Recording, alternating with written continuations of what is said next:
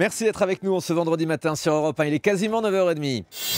C'est l'heure du journal des médias et c'est avec Fred Hafner. À la une ce matin, Nana Mouskouri n'aime pas les télécrochets. Alex Good accusé de plagiat et l'impressionnant succès de Kenji, le vainqueur de The Voice.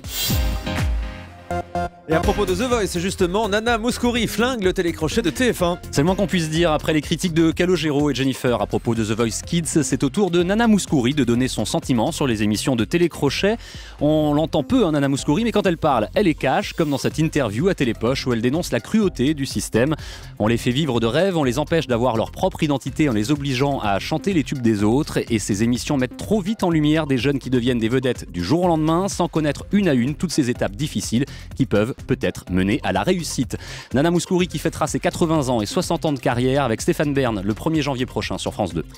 Et The Voice qui reviendra le 10 janvier sur TF1 pour la saison 4. C'était hier matin dans cette émission. France 2 annonce plusieurs nouveautés pour la rentrée de janvier. Nathalie André, la directrice des divertissements de la chaîne publique, répondait à vos questions hier. Thomas, parmi les infos qu'elle vous a révélées, on retient notamment que l'artiste et le titre qui représenteront la France à l'Eurovision en 2015 ne seront pas cette année choisis par le public, mais par France Télévisions. Et là, Thomas, vous vous dites que ça ne changera rien au résultat final de toute façon. Généralement, on arrive dernier à l'Eurovision. Ou avant-dernier, les bonnes années. Seconde info de Nathalie André au micro d'Europe 1, elle concerne la case de l'Access. L'avant-soirée, vous le savez, face à la bande, l'émission de Jérémy Michalak n'a pas fait de bon score. Mais Nathalie André, qui aime beaucoup cette émission et félicite au passage le travail de la production, aimerait la reprogrammer dans les prochains mois, tout comme On ne demande qu'à en rire, le seul télécrochet d'humour en France. Et puis Nathalie André nous a également annoncé l'arrivée de Joker, le jeu qui remplacera Pyramide à partir du mois de mars, présenté par Olivier Mine. Les Gérards de la télé reviennent le 19 janvier et on connaît déjà le nom des premiers nommés. Les Gérards, les trophées qui récompensent chaque année le pire de la télé. D'ailleurs, les trophées sont en fait des parpaings. La cérémonie parodique et loufoque créée en 2006 rencontre de plus en plus de succès. Cette année sont nommés dans la catégorie pire animateur Jérémy Michalak, Antoine Decaune, Cyril Hanouna, Laurent Delahousse et Frédéric Lopez. Chez les filles, Enora Malagré, Sandrine Cormand, Karine Ferry, Alessandra Sublet et Faustine Bollard. On ne connaît pas encore les autres nommés et les intitulés des prix de cette année. Dommage parce que ce sont justement ces intitulés qui font toute la saveur des Gérards. Pour mémoire et à titre d'exemple, jusqu'ici tout va bien, le talk show de Sophia Aram qui n'avait pas fonctionné sur France 2 avait remporté le Gérard de l'émission dont les concepteurs auraient peut-être dû attendre les audiences avant de lui donner un titre. Vous pouvez voter pour les Gérards de l'animateur et de l'animatrice de l'année sur le site de Télé Loisirs. France 5 va proposer une sorte de vie ma vie sur un bateau de croisière. Oui, c'est un peu ça. Les deux présentateurs de la quotidienne de France 5, Maya Loquet et Thomas Hill, nous donnent rendez-vous ce soir à 20h45 pour un documentaire original sur les bateaux de croisière, vous le disiez Thomas, et plus précisément sur leurs coulisses. Alors attention, ils ont donné de leur personne, c'est le moins qu'on puisse dire. Écoutez Thomas Hill qui nous raconte, je l'ai eu au téléphone.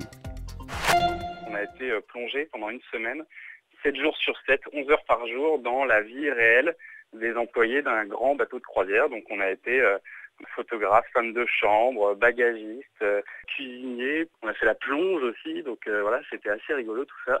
C'était très dur aussi, très physique. On s'est rendu compte de ce que c'est que leur travail, de ce que c'est que les conditions de travail aussi qui sont difficiles. C'est-à-dire que c'est 11 heures par jour, 7 jours sur 7, ça ne s'arrête jamais. Le peu de temps qu'ils ont, en fait, ils le passent à dormir et les lieux qui leur sont réservés de distraction, finalement, ils n'ont pas vraiment le temps de les utiliser, quoi. Voilà. Donc c'est tout ça qu'on va découvrir dans ce documentaire. Maya et Thomas sont sur un bateau, c'est le titre, ce soir à 20h45 sur France 5. Kev Adams au pays du show business. Oui, le jeune comique a confié ses états d'âme à Télé 7 jours. Très heureux de faire ce métier, il confie que la concurrence sur scène est terrible. Il parle même de tension, de climat malsain. Une situation qui s'explique selon lui par le fait que l'humour est devenu la nouvelle chanson française et que le public est de plus en plus nombreux dans les salles où se produisent les salles de spectacle où se produisent les humoristes. Kev Adams qui sera notre invité lundi dans cette émission.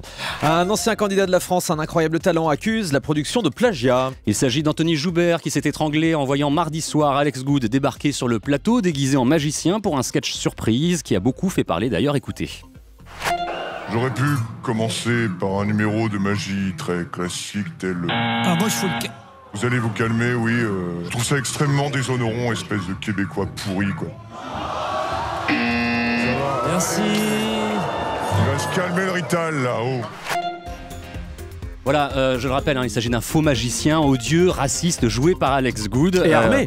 et armé, enfin c'était la totale, un magicien Alex Good qui aurait donc volé une idée soumise au préalable par Anthony Joubert à la production de l'émission. C'est en tout cas ce que déclare Anthony Joubert.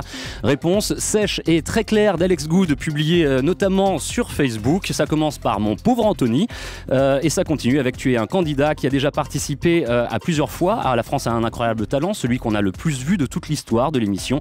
C'est pour cela que la production ne voulait pas que tu reviennes une nouvelle fois. Alex Good qui explique également que ça fait plusieurs années qu'il propose ce type de concept et de parodie à la production, que ça a été accepté pour la première fois cette année.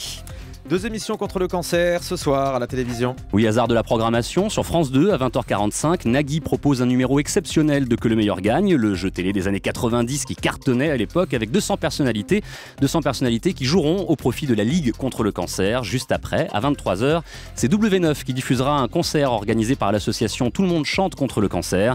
L'occasion de retrouver entre autres Michel Fugain, Kinvey, Black M ou encore Frérot de la Vega.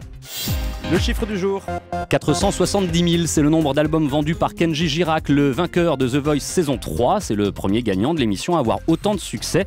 Son album est numéro 3 des ventes après Indila et Stromae. Kenji qu'on voit dans toutes les émissions de télé en ce moment. Et qu'on entend sur toutes les radios.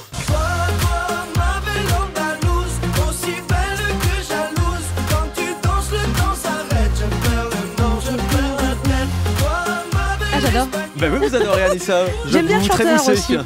Ah, il est très beau Kenji Girac, hein, ça c'est vrai. Merci beaucoup Fred Hafner, on vous retrouve lundi, passez un bon week-end.